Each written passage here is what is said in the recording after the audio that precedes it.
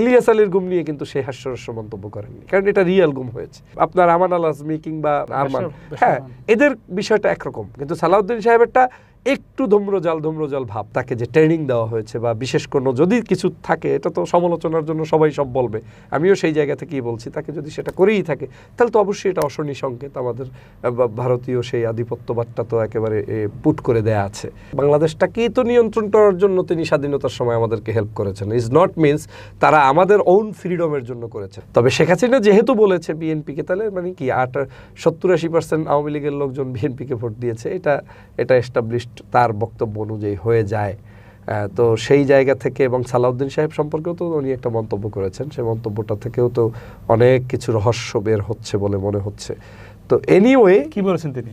না, তিনি তো বলেছেন যে সালাউদ্দিন সাহেব কোথায় সেই শিলংয়ে গেলেন, চিঠিপত্র একটা দেখাইয়া মেডিকেল ওখানে থেকে হঠাৎ করে চলে আসলেন। এসব জায়গা থেকে তিনি কিছু রহস্য খুঁজে পাচ্ছেন, যেটা ইদানিং বাংলাদেশের মানুষও কিন্তু বলা বলি শুরু করেছে। তার মানে কি সালাউদ্দিন সাহেব গুম হয়নি?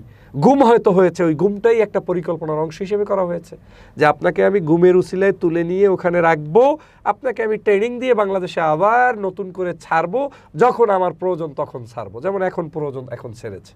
এখন বিএনপির সাথে সে একজন গুরুত্বপূর্ণ ব্যক্তি, এখন তাকে দিয়ে যদি কিছু আদায় করতে পারে, তার মাধ্যমে যদি কিছু করতে পারে, আর এই 3-4-5 বছরের ওই যে বিদেশে যে ছিলেন ওই সময়টাতে তার আরও তো বেশি সময় ছিলেন, তো সেই জায়গা থেকে তাকে যে ট্রেনিং দেওয়া হয়েছে বা বিশেষ কোনো যদি কিছু থাকে, এটা তো সমালোচনার জন্য সবাই সব বলবে, আমিও সেই জায়গা থেকেই বলছি, তাকে যদি সেটা করেই থাকে তাহলে তো অবশ্যই এটা অশনি সংকেত। আমাদের ভারতীয় সেই আধিপত্যবাদটা তো একেবারে পুট করে দেয়া আছে।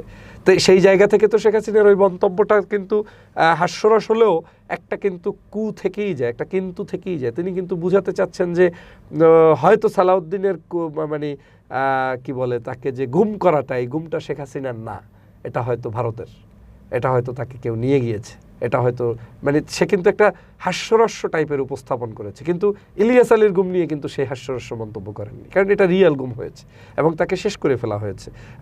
আপনার আমান আল আজমি কিংবা ওই যে মীর কাসেম আলীর সন্তান আরমান, হ্যাঁ, এদের বিষয়টা একরকম, কিন্তু সালাউদ্দিন সাহেবেরটা একটু ধূম্রজাল ভাব, এবং সেটা কিন্তু এখন সংসদ অধিবেশন চলা অবস্থায় স্পষ্ট বোঝা যাচ্ছে যে তার কথাবার্তা মানে সবকিছু ঘুরে ফিরে সেই 72-এর সংবিধানের মধ্যেই পড়ে আছে। অথচ এই 72-এর সংবিধান নিয়ে বর্তমান জেনজি সহ সাধারণ মানুষ ক্ষিপ্ত, বিরক্ত, এটাকে যে কোনো মূল্যে সংস্কার করে। তার মানে কি লাথি মেরে ফেলে দিবে? না, আমরা এটাকে কি বলে এস্টাবলিশ করার জন্য এটাকে নাইসলি আমরা সাজাবো। সেই সাজাতে গিয়ে আমাদের অধ্যায়গুলো চেঞ্জ হতে পারে, অধ্যাদেশ চেঞ্জ হতে পারে, ভিতরের রুলস অ্যান্ড রেগুলেশন চেঞ্জ হতে পারে। সেই জিনিসগুলো আমরা জুলাই সনদের ভিত্তিতে করব, কিন্তু সেটা নিয়ে যখন গড়িমসি করছেন, নতুন শব্দ চয়ন করে জাতিকে বিভ্রান্ত করছেন, সেখান থেকেই মনে হয় উনি হয়তো কোনো একটা জায়গার থেকে কোনো মেসেজ পায় এবং সেই মেসেজের আলোকে তিনি কথা বলেন। আচ্ছা, এখন প্রশ্নটা হচ্ছে যে ঘুরে ফিরে যে ইন্ডিয়ার কথা আসে, বিএনপি বা আওয়ামী লীগের কথা আসে, কেউ প্রক্সি কেউ মেন, কিন্তু আসলে বাংলাদেশ থেকে ইন্ডিয়ার কি কিছু আর নেয়ার বাকি আছে? কারণ যেহেতু প্রধানমন্ত্রী থাকাকালীন পলাতক প্রধানমন্ত্রী শেখ হাসিনা তো বলেছেন যে ইন্ডিয়াকে এত দিয়েছি যে সারা জীবন মনে রাখবে, তো সেক্ষেত্রে এখন কি কিছু নেওয়ার বাকি আছে কিনা? না, মানুষের চাহিদার তো কোনো শেষ নাই। আপনারা এখন 5 কোটি টাকার মালিক, আপনি 10 কোটি হইতে চাইবেন, 20-50 কোটি হতে চাইবেন। ইন্ডিয়া যে শুধুমাত্র আর্থিক সংগতি বাড়ানোর জন্যই বাংলাদেশের সাথে সুসম্পর্ক করবে এমনটা নয়। এখানে অনেক জিওপলিটিক্যাল বিষয় আছে, বাংলাদেশের রাজনীতি এবং ইন্ডিয়ার রাজনীতি। এটা বাংলাদেশটাকেই তো নিয়ন্ত্রণ করার জন্য তিনি স্বাধীনতার সময় আমাদেরকে হেল্প করেছেন। ইজ নট মিনস তারা আমাদের ওন ফ্রিডমের জন্য করেছেন। যদি সেটাই হয় তাহলে আমাদের স্বাধীনতা দিবসের সময় তারা আমাদের স্বাধীনতা বলে কোনো ঘোষণা দেয় না। এমনকি নরেন্দ্র মোদীর পোস্টেও থাকে ইন্ডিয়ান স্বাধীনতা, এটাকে বাংলাদেশি স্বাধীনতা। বাংলাদেশ যে যুদ্ধ করেছে, লড়াই করে, সংগ্রাম করে জয়যুক্ত হয়েছে, সেটা তারা স্বীকৃতি তো দিতে চায় না। তো সেই জায়গা থেকে মূলত তাদের উদ্দেশ্য হচ্ছে এটাকে নিয়ন্ত্রণ করা। তো নিয়ন্ত্রণটা আওয়ামী লীগের আমলে করতেও পেরেছে, খেতেও পেরেছে। এখন হয়তো নিয়ন্ত্রণটা করতে চায়, খেতে পারাটা একটু কম হতে পারে। আবার খেতে পারবে না কেন? এই যে বর্তমান সরকার যা শুনলাম যে আদানি নাকি একটা গ্রুপ ছিল যাদের সাথে আমাদের বিদ্যুতের যে মানে চুক্তি ছিল, সরকার তো সেটা বন্ধ করে নাই, সেটার সাথে তাদের সাথে এগ্রিমেন্ট চলো। এমনকি আমার যা ধারণা যে আমরা পেট্রোল, ফুয়েল এই জিনিসগুলোও ওদের মাধ্যম হয়ে নিয়ে আসার সম্ভাবনা আছে। এখন এটা একটা দেশের সাথে করবে না সেটা করতেই পারে, মানে আসা নেওয়া যাওয়া, কিন্তু সেখানে মাথায় রাখতে হবে যে আমি দিচ্ছি কি, আমি পাচ্ছি কি। যেমন আপনি অন্তর্বর্তীকালীন সরকারের সময় ডক্টর মোহাম্মদ ইউনূস সাহেব কিন্তু পাকিস্তান থেকেও বেশ কিছু জিনিস নিয়ে এসেছেন, কিন্তু দীর্ঘদিন পাকিস্তানের সাথে আমাদের একটা হারাম সম্পর্ক ছিল, মনে হয় যেন যাওয়াই যাবে না।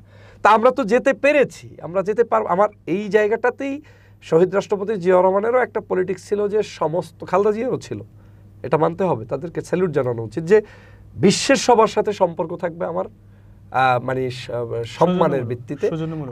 আমার দরকার আমি সম্পর্ক রাখবো, তার দরকার সে রাখবে, কিন্তু কেউ কারো উপরে ডমিনেট করবে না।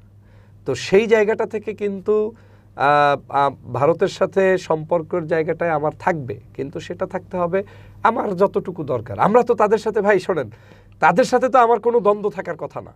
কি কারণে আপনি মনে করতে পারেন রিলিজিয়াস ইস্যু? নো, রিলিজিয়াস ইস্যুই যদি হয় তাহলে আমার দেশের পূজা মণ্ডপগুলো শান্তিতে আছে, হিন্দুরা আরাম করে পূজা করে, তার বাড়িতে আমি যাই, তাদের উৎসবগুলোতে আমরা থাকি, মুসলমানরা গিয়ে পাহারা দেয়। তো রিলিজিয়াস ইস্যু কখনোই ভারতের সাথে আমাদের কোনো দ্বন্দ্বের কারণ হইতে পারে না, কারণ ভারতেও তো রিলিজিয়াস পিপল হিন্দুরা থাকে, আমার দেশেও তো আমার বাড়ির পাশে হিন্দু ভাই বোনেরা থাকে, তার সাথে তো আমার কোনো গ্যাঞ্জাম নেই।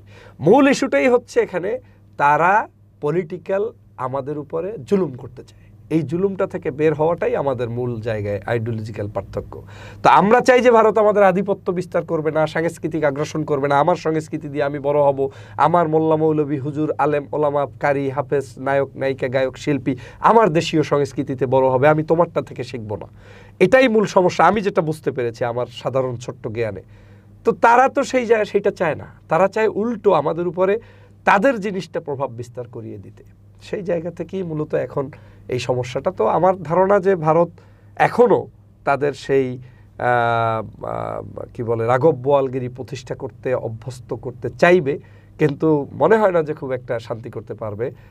যদি সেটা বিএনপি বা গভর্নমেন্টের স্পেস দেয়ও, সেই স্পেসটা বুমেরাং হয়ে যাবে, কারণ পাবলিক এখন খুবই সচেতন। আপনি 10 টাকার মানে কোনো কিছু বরাদ্দ হলে কিংবা লোকচুরি হলে সেটা কিন্তু পাবলিক এখন টের পায়। আপনার মোবাইল কমিউনিকেশনের কারণে হোক, এই যে ইন্টারনেটের কারণে হোক, আপনার টেকনোলজির কারণে হোক, কিংবা আমাদের এই সোশ্যাল মিডিয়ার কারণে হোক, পাবলিক কিন্তু এখন সবই জেনে যাবে। অতএব আমি আজকে যা বলছি এটা যেমন পাবলিক জানছে, কালকে আমি কি করবো সেটাও পাবলিক জানবে। অতএব তারা খুব একটা আমাদের উপরেই করতে পারবে না।